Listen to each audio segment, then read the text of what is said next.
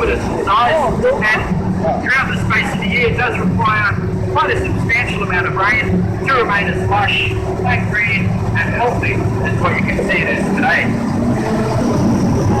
This region, in the space of the year, we normally get between 1,200 mils or 4 foot of rain, anywhere up to 2,100 mils or 7 foot of rain in the space of the year. And that's what keeps everything so beautiful and lush and green. Now, a couple of years ago, this property received a daily rainfall record. And in the space of 8 hours, we collected about 550 mils of rain, just under 2 foot. Now, that's more rain in 8 hours than some places in Australia get in the space of the year. So, welcome to the tropics, ladies and gentlemen.